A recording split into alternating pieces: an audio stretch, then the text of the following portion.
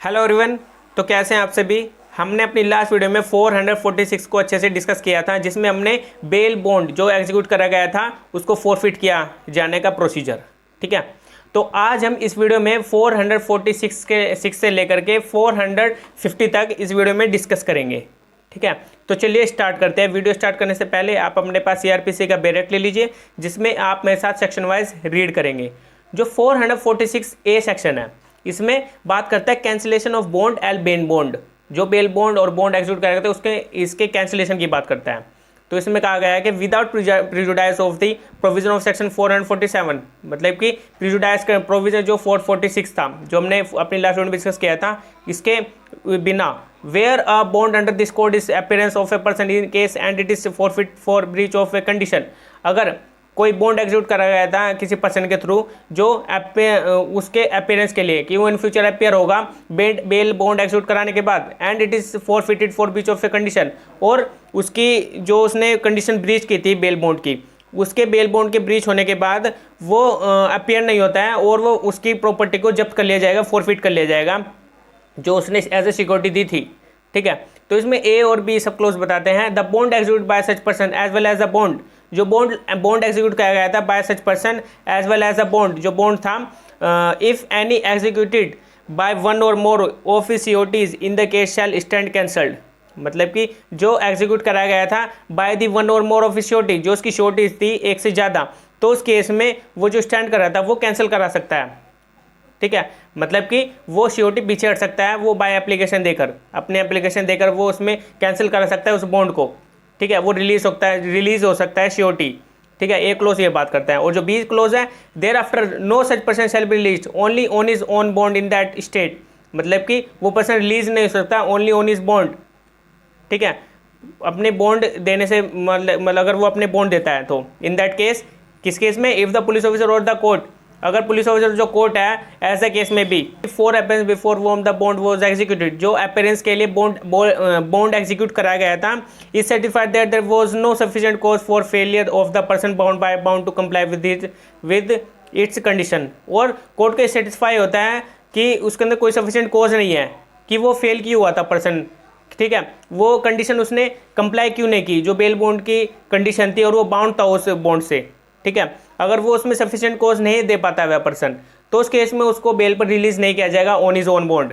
तो ये बी सब क्लोज बात करता है। ठीक है, अगर कोर्ट को ये लगता है, सेटिस्फाई होती है कोर्ट कि अगर वो पर्सन रीजनेबल कॉज नहीं दे पाता है अपने, कि उसने कंप्लाई क्यों नहीं की कंडीशन, जो बॉन्ड की कंडीशन थी और वो बाउंड था उस कंडीशन से, तो अगर वो नहीं दे पाता है तो उस केस में उसको दोबारा से रिलीज नहीं किया जाएगा ऑन हिज ओन बॉन्ड।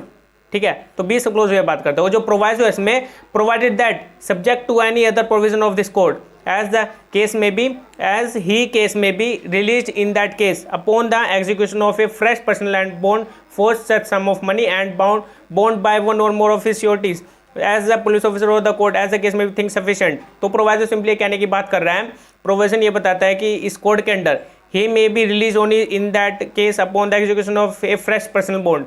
तो कोर्ट उसको पर्सनल बॉन्ड के लिए, एक फ्रेश पर्सनल बॉन्ड के लिए बोल सकती है, अगर इस कोड के अंदर कहीं भी लिखा है कि वो पर्सनल बॉन्ड के अकॉर्डिंग अपने एक फ्रेश पर्सनल बॉन्ड देकर वो रिलीज हो सके।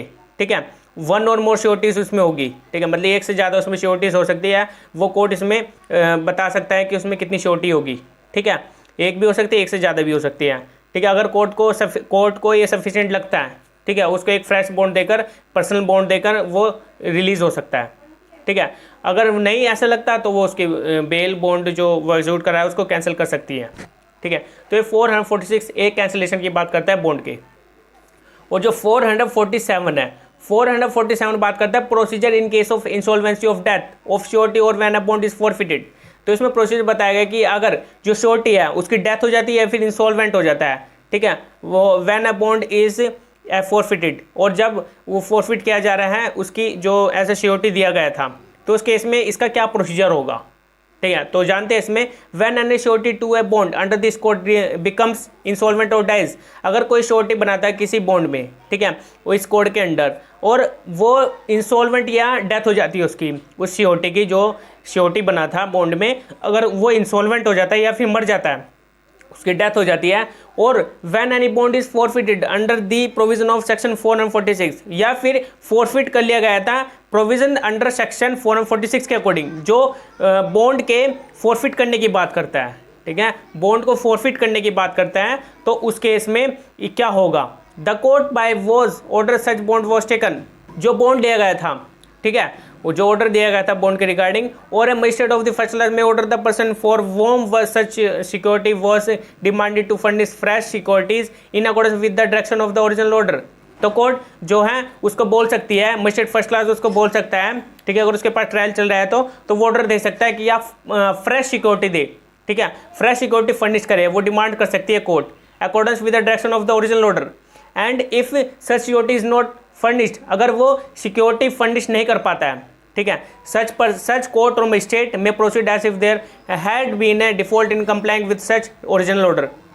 अगर वह पर्सन कंप्लाई नहीं करता ओरिजिनल ऑर्डर को, जो मजिस्ट्रेट फर्स्ट क्लास ने अपना ओरिजिनल ऑर्डर दिया है फ्रेश सिक्योरिटी फर्निश करने के लिए, अगर उसको वो कंप्लाई नहीं करता है, तो उस केस में कोर्ट क्या करेगी, उसको दोबारा से जेल में डाल देगी, ठीक है, क्योंकि कोर्ट ने उसको अपॉर्चुनिटी दी है कि आप दोबारा से फ्रेश सिक्योरिटी दे सकते हैं, उसको फ्रेश सिक्योरिटी फर्निश करने के लिए कहा गया था, डिमांड की गई थी कोर्ट के थ्रू। अगर वो उसको कंप्लाई नहीं करता है तो उस केस में उसको दोबारा से जेल में डाल दिया जाएगा, ठीक है। अगर सिक्योरिटी की डेथ हो जाती है, या फिर इंसॉल्वेंट होता है, या फिर 446 के अकॉर्डिंग उसकी जो प्रॉपर्टी थी उसको फॉरफिट किया गया था, तो उस केस में उस पर्सन को कहा जाएगा कि आप बेल बॉन्ड एग्जीक्यूट कराए फ्रेश।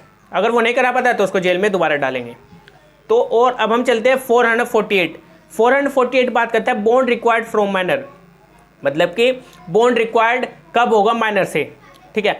तो इसमें क्या प्रोसीजर है, कैसे उससे बॉन्ड लिया जाएगा। When the person required by any court, मतलब कि अगर कोई पर्सन है जिसको बेल लेनी है और वो माइनर है, ठीक है, तो कोर्ट के और ऑफिसर के थ्रू वो क्या करेंगे, कोर्ट ऑफिसर क्या करेंगे, एग्जीक्यूट करवाएंगे एक bond is a minor for the minor such court officer may accept. तो कोर्ट ऑफिसर जो है वो एक्सेप्ट करेंगे in lieu thereof a bond execute by security और सिक्योरिटीज ओनली, मतलब कि उसमें सिक्योरिटी ही क्या करा सकते हैं, बॉन्ड एग्जीक्यूट करा सकते हैं, ठीक है, उसके ब्याह पे, माइनर के ब्याह पे।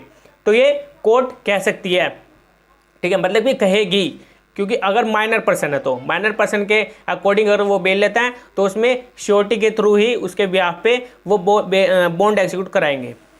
और जो 449 था appeal from orders under section 446, मतलब कि अपील में जाया जा सकता है अंडर सेक्शन 446, जो हमने अपनी लास्ट वन में डिस्कस किया था 446, जिसमें प्रॉपर्टी को फॉरफिट किया जा रहा था, जो बेल बॉन्ड के सिक्योरिटी दी थी जो बेल बॉन्ड के लिए, तो इसमें अपील में जाया जा सकता है। All order pass under section 446 shall be appealable, तो ये अपीलेबल है। जो फर्स्ट इसमें सबसेक्शन बताता है in the case of an order made by magistrate to the session जज, मतलब कि अगर मजिस्ट्रेट ने ऑर्डर दिया है कि उसकी प्रॉपर्टी को फॉरफिट कर लिया जाए, ठीक है, तो उस केस में उसके अगेंस्ट में सेशन जज के पास जाया जा सकता है, सेशन कोर्ट में जाया जा सकता है, यह अपीलेबल है। और सेकंड इसके अंदर क्लोज बताता है in the case of an order made by court of session, अगर कोर्ट ऑफ सेशन ने ये ऑर्डर दिया है, ठीक है, उसके प्रॉपर्टी को फॉरफिट करने का, तो उस केस में to the court of which an appeal lies from an order made by such court, तो अपील लाई की जा सकती है जो भी कोर्ट ऑफ सेशन के हायर कोर्ट है, हाई कोर्ट ही आपको पता है, ठीक है, या फिर एनी अदर कोर्ट भी हो सकती है, वो अपील में जाया जा सकता है वहाँ पर। तो ये अपीलेबल है 446 के अकॉर्डिंग अगर प्रॉपर्टी को फॉरफिट कर लिया गया तो। और जो 450 सेक्शन है, 450 सेक्शन बात करता है power to direct levy of amount due on certain recognizance. तो इसमें क्या बात की गई है, द हाई कोर्ट और court of session may direct any magistrate to levy the amount due on a bond for appearance और attended at such high court और कोर्ट ऑफ सेशन। तो हाई कोर्ट और कोर्ट ऑफ सेशन डायरेक्शन दे सकते हैं magistrate को, ठीक है, जो क्या कह सकती है कि जो पर्सन था जिसको अपीयर होना था हाई कोर्ट और कोर्ट ऑफ सेशन में, ठीक है, अगर वो अपीयर नहीं होता है तो उसके ऊपर जो बॉन्ड उसने एग्जीक्यूट किए थे वो उसके ऊपर जो अमाउंट थे, ठीक है, उसको मतलब कि एज अ अमाउंट लिया जाए, ठीक है, एज अ पेनल्टी जो उसके ऊपर लगाई गई थी। तो किसी भी मजिस्ट्रेट को डायरेक्शन दे सकते हैं उसके रिगार्डिंग कि जो वो अपीयरेंस था, अटेंडेंस थी हाई कोर्ट और कोर्ट ऑफ सेशन में, वो जो अपीयर नहीं हुआ था, जो उसके ऊपर ड्यू था अमाउंट एज अ पेनल्टी, तो मजिस्ट्रेट को डायरेक्शन दे सकते हैं कि आप उससे रिकवर कराएं, ठीक है। तो ये मजिस्ट्रेट को ड्यूटी दे सकते हैं एक किस्म से। तो ये 450 सेक्शन था। तो आज हमने चैप्टर 33 जो कि provisions as to bail and bonds की बात करते थे, तो हमने पूरा चैप्टर डिस्कस कर लिया है। अब हम अपनी नेक्स्ट वीडियो में चैप्टर 34 डिस्कस करेंगे जिसमें हम डिस्पोजल ऑफ प्रॉपर्टी की बात करेंगे। तो अब हम चैप्टर 33 कंप्लीट कर चुके हैं। आज के लिए इतना ही था। Okay bye.